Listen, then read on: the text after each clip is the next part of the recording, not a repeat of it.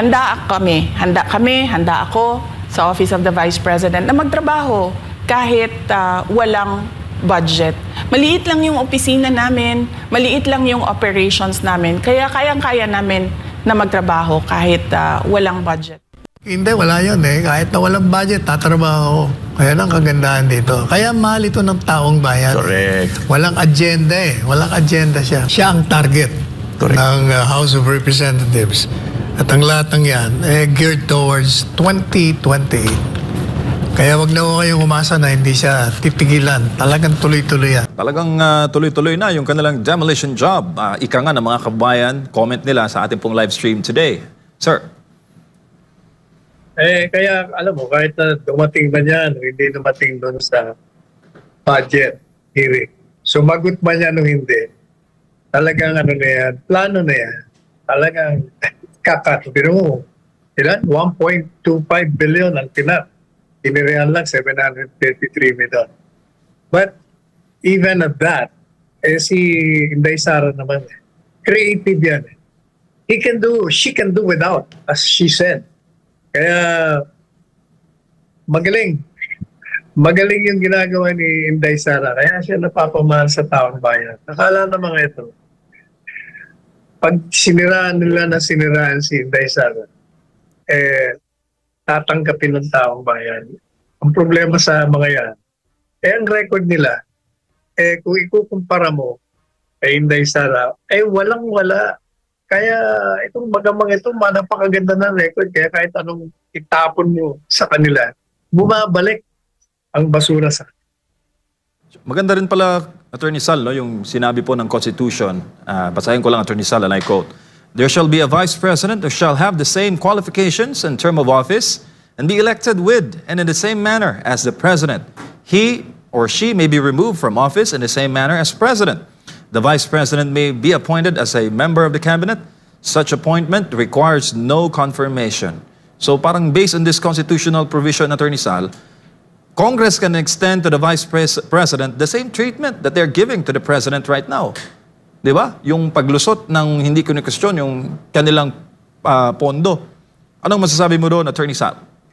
Hindi, mali yun. Hindi ako naniniwala doon. Pag sinabi ng saligang batas na public position in public is a public trust, kailangan accountable ka. Whether you're president or not, hindi ibig sabihin, porque presidente, vice-presidente ka, hindi susuriin ang budget mo. Kasi pera ng bayan yan. People are entitled to know how are you going to spend that. But, ito yung but doon. Yung Office of the President, kung mapapansin mo, nagpupunta rin sa budget hearing. Pinapadala ng Executive Secretary. Alter ego niya yan so pinapaliwanag. Ang hindi maganda, yung aabusuhin mo. Sa akin, yung courtesy, hindi mahalaga sa akin yan. Ibig sabihin ng courtesy dyan, yung maging magalang ka. Pero it doesn't mean na hindi mo na susuriin. Kailangan talagang suriin. Pero ang ginawa ni Inday Sara, habang yung mga katanungan sa kanya ay hindi niya sinagot. Dahil unang-una, hindi naman dapat tinatanong yun. Tapos na yun at napaliwanag na natin na ulit-ulit yun. Iprinisinta niya na. Meron siyang presentasyon. So ipinaliwanag niya sa taong bayan kung saan gagastusin, ano ang kanyang mga programa. Ganon din ang Office of the President. Ang problema lang sa ginawa nila kay Inday Sara, masyadong halatang-halata na talagang pinag-iinitan lang nila. Kaya pinapakita niya sa taong bayan na hindi mapagkakatiwalaan to. Sila hindi mapagkakatiwalaan. Hindi si Inday Sara. Kaya bumabalik sa kanila.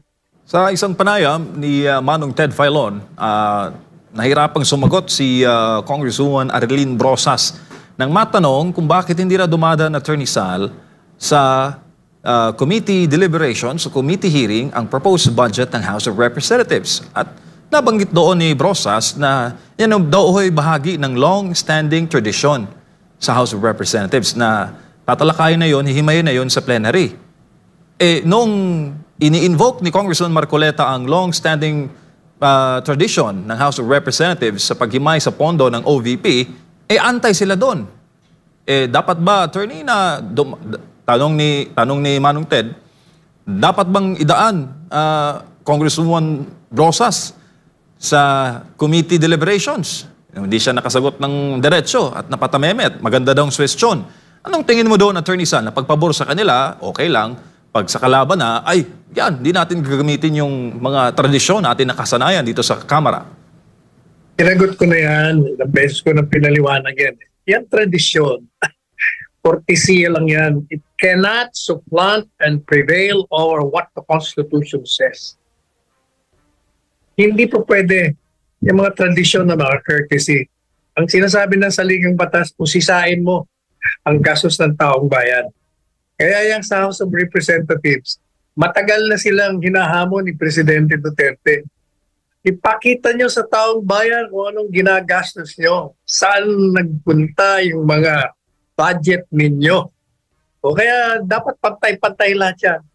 Kaya lang, dahil nga politika, at kontrolado nila ang Kamara de Representante, ganyan na nangyayari. Kaya nga hindi ba, palagi sinasabi ko, ayaw ko na ng Kongreso. Kailangan revolutionary government na lang tayo. Isang tao na lang ang nagmamando.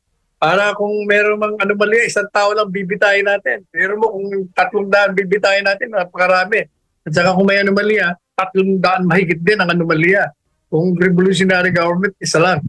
Kaya-kaya natin bitayin ng isang pangulo na hindi tutugon sa binigay na responsibilidad sa kanya ng saligang batas.